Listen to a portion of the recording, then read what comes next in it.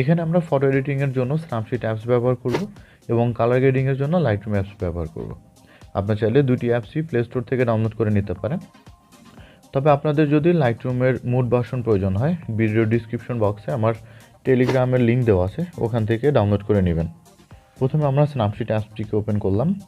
এখানে প্লাস আইকনে ক্লিক করব এবং আমার গ্যালারি থেকে আমার যে মেন যে সাবজেক্ট বা আমার যে মডেল, সেই মডেল ছবিটিকে নিব। এটা হচ্ছে আমার মডেল ফটো। মডেল ছবিটিকে নেওয়ার পরে আমরা প্রথমে টুলস অপশনে যাব এবং এটাকে আমরা একটু কালার এডিটিংটা করব।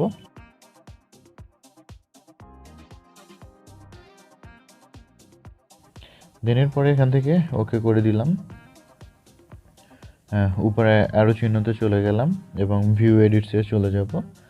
এখান থেকে ক্লিক করব এবং ব্রাশ আইকনে চলে যাব। এরপরে আমাদের সামনে যদি ছবিটা এভাবে আসে, সেক্ষেত্রে আমরা এখানে ক্লিক করেও আমার ব্ল্যাক অ্যান্ড হোয়াইট ছবিটা আনতে পারি, অথবা যদি এভাবে থাকে সেক্ষেত্রে আমরা এখানে ক্লিক করেও আমার কালার ছবিটা আনতে পারি। এখন আমি ধরে নিচ্ছি এই যে এভাবে থাকলো। ছবিটাকে যতটুকু সম্ভব জুম করব। জুম করার পরে আমার যে মডেল আছে, মডেলের যে ফেজের অংশটুকুকে আমরা কালারফুল রাখবো।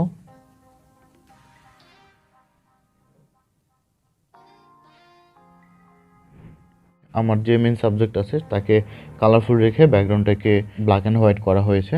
সেক্ষেত্রে আমরা এখানে চোখ আইকনের উপরে যদি ক্লিক করি, এখানে দেখতে পাবো আমরা আসলে কোন কোন জায়গাগুলোকে আমরা ব্ল্যাক অ্যান্ড হোয়াইটের ভিতরে এবং বাহিরে রাখছি। দেন এটা কনফার্ম করা হলে দেন এরপরে ওকেতে টিক দিয়ে দিব। এখান থেকে অ্যারোতে ক্লিক করলাম। এরপরে আমরা আবার টুলসে চলে গেলাম। এখান থেকে ডুপ্লিকেট এক্সপোজে চলে যাব। এখানে প্লাস আইকনে চলে যাব এবং গ্যালারি থেকে আমার যে পতাকার যে ছবিটা আছে, আমরা পতাকার ছবিটাকে নিব। ওকে,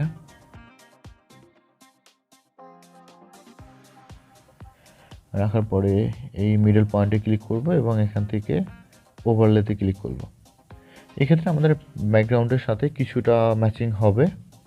এরপরে এই অপশনটাতে ক্লিক করব এবং এটাকে একটু ডাউন করে দিব। ওকে, আমার মনে হচ্ছে চলবে। এরপরে এখান থেকে ওকে করে দিব। আবার ভিউ এডিটে চলে যাব। এখান থেকে আবার সেম আগের মতন জিরো করা আছে, এটাকে বাড়িয়ে নিব। এরপরে আমি ব্রাশ করে করে আমার যে ওয়ালটা আছে, ওয়ালে আমি শুধুমাত্র পতাকাটাকে রাখবো।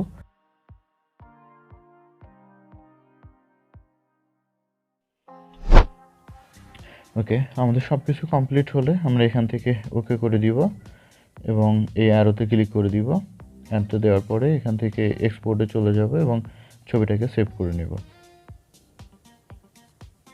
ছবিটা সেভ হওয়ার পরে এখান থেকে ভিউতে চলে যাচ্ছি এবং এখান থেকে আমি শেয়ার করে দিব লাইটরুমে শেয়ার করে দিলাম।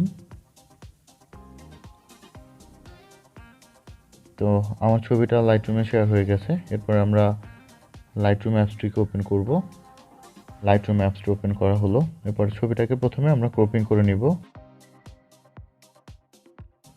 এরপরে এখান থেকে ওকে করে দিব। প্রথমে আমরা লাইটটাকে অ্যাডজাস্ট করতে পারি।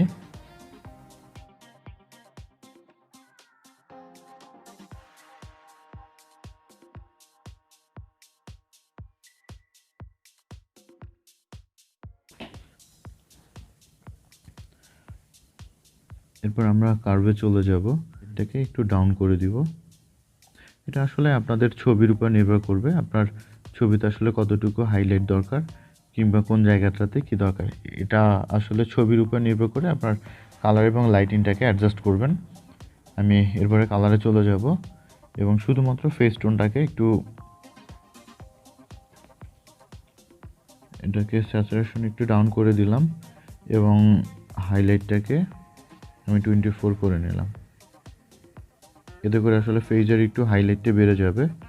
এবার এখান থেকে ডান করে দিলাম।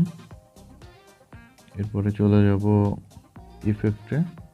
ইফেক্টসে যাওয়ার পরে এখান থেকে আমি ক্লিয়ারিটি একটু বাড়িয়ে নিব।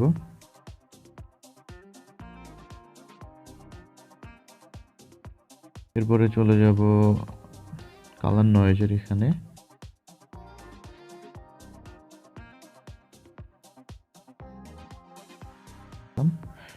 আমার মনে হয় এ পর্যন্ত মোটামুটি কালার গ্রেডিং হয়ে গেছে। এরপরও আপনার যদি কোনো কিছু এক্সট্রা প্রয়োজন হয় সেক্ষেত্রে আপনি চাইলে করতে পারেন। আমার ক্ষেত্রে মনে হয় এটা পারফেক্ট হয়েছে। একটু বিফোর আফটার দেখার চেষ্টা করি। ক্লিক করলে ধরলে এটা হচ্ছে আমাদের আগের ছবি, যেটা আমরা স্ন্যাপসিড অ্যাপস থেকে এডিটিং করলাম। লাইটরুমে কালার গ্রেডিংয়ের ক্ষেত্রে এই ছবিটা আসছে।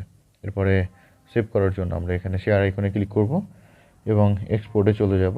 এখান থেকে ডান করে ফেললে আমার ছবিটা গ্যালারিতে সেভ হয়ে যাবে। আমার ইনস্টাগ্রাম এবং ফেসবুক আইডির লিঙ্ক ভিডিও ডিসক্রিপশন বক্সে দেওয়া আছে, জয়েন হলে খুবই খুশি হব। ভিডিওটি কেমন লাগলো সে সম্পর্কে যে কোনো মতামত চাইলে আমার কমেন্ট বক্সে জানাতে পারেন। ধন্যবাদ সবাইকে, আল্লাহ হাফেজ।